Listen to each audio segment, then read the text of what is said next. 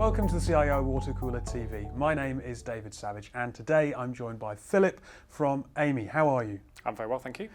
Before we get into the conversation, what do you do at Amey?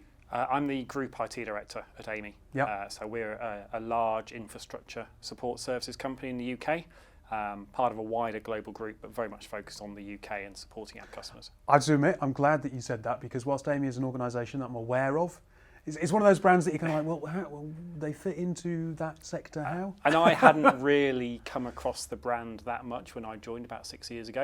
Yeah. Now I see us everywhere. Yep. And our strapline is we touch pretty much every person in this country almost every day Yep. through all the services that we operate.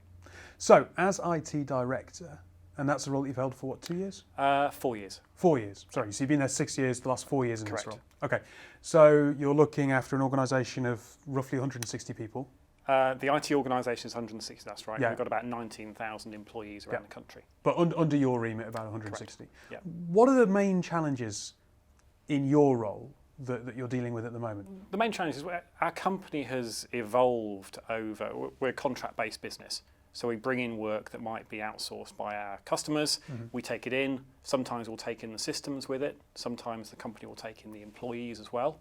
And so we've grown a whole estate from a technology perspective that is quite fragmented and is in really quite desperate need of transformation. Mm-hmm. We have lots of opportunities from a digital perspective, as everyone does, but trying to transform 300 or 400 systems in a low margin business, well, that's impossible. So you've really got to look about how do we do this? What's the right model from a technology perspective going forwards? What's the right model from a business perspective going forwards, and try and align how we deliver services to that rather than trying to evolve from where we are today. And I suppose you must have a situation where you've got a lot of people who are therefore looking after some legacy systems. You need them to be looking after those legacy systems as you go through that transformation, but equally you want to give them the platform to take their career forward. Well, we do, and our people are the most important asset that we have. We put our people first genuinely in Amey. And a lot of our IT people have been there 12, 15, even 20 years. And so we want to retain their skills and we need to develop their skills, but we also need to look at where they want to be in 4 or 5 years' time, and we want to take them on the journey with us. At the same time, we're looking at, well, where are we recruiting from? We're recruiting probably from a different generation now as well. So how do we also make ourselves attractive to a new generation that isn't going to bring those skills? And we don't want to put off either kind of target group that we want to look after. So trying to balance the interests of all those people with very different capabilities and very different interests is a real challenge for us. When you're looking to bring new people into the organisation, are they markedly different skill sets that you're looking to bring in? Is it stuff that you have a little bit of in the organisation already, or is it wholly new? Very much they're going to be coming in with different skill sets to the people we have today. We are more focused on their capabilities and their aptitudes than necessarily the specific skill sets they bring. Clearly, if you're looking for an application developer, you need some background in that.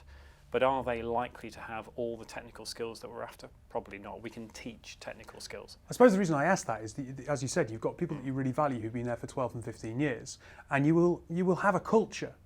And sure, elements of an organisation's culture needs to be continually reviewed, but there will be a culture that has kept those people there for 12 or 15 years. They clearly enjoy it. But bringing in new people with different skill sets, and even if they've got the same aptitude, blending that and taking the organisation forward without leaving behind what's clearly working must be an interesting balancing act. It's a real balancing act, and it's also, it's really easy to say as someone who doesn't do the hard work, well, we need to get the best of both worlds.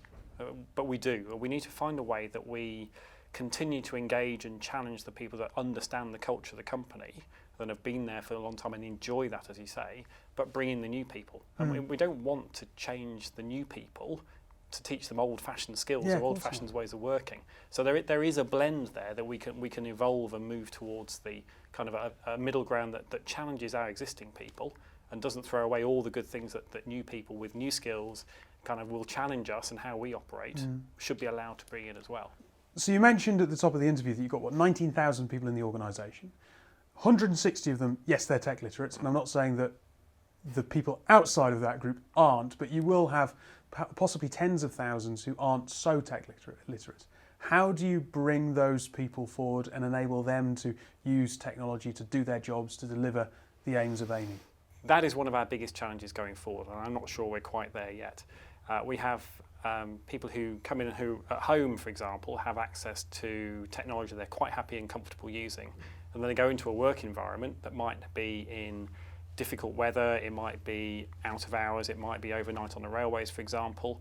They have to wear heavy gloves sometimes, and so they need different types of technology and different types of skills. They'll not be going into a depot more than once a week maybe. They won't see a classroom for months on end. So we have to engage with those kind of people, give them the skills they need to be more productive, and yet not take them off the front line for too long. And that's a challenge we haven't quite cracked, and I'll come back and tell you when we do. I'm sure that will be a well-viewed video. Thank you for coming and talking to the channel. Really appreciate your time. If you enjoyed this video, why not go to ciowatercooler.co.uk, where you'll find far more from the CIO Watercooler TV and lots more content for you to digest in your own time.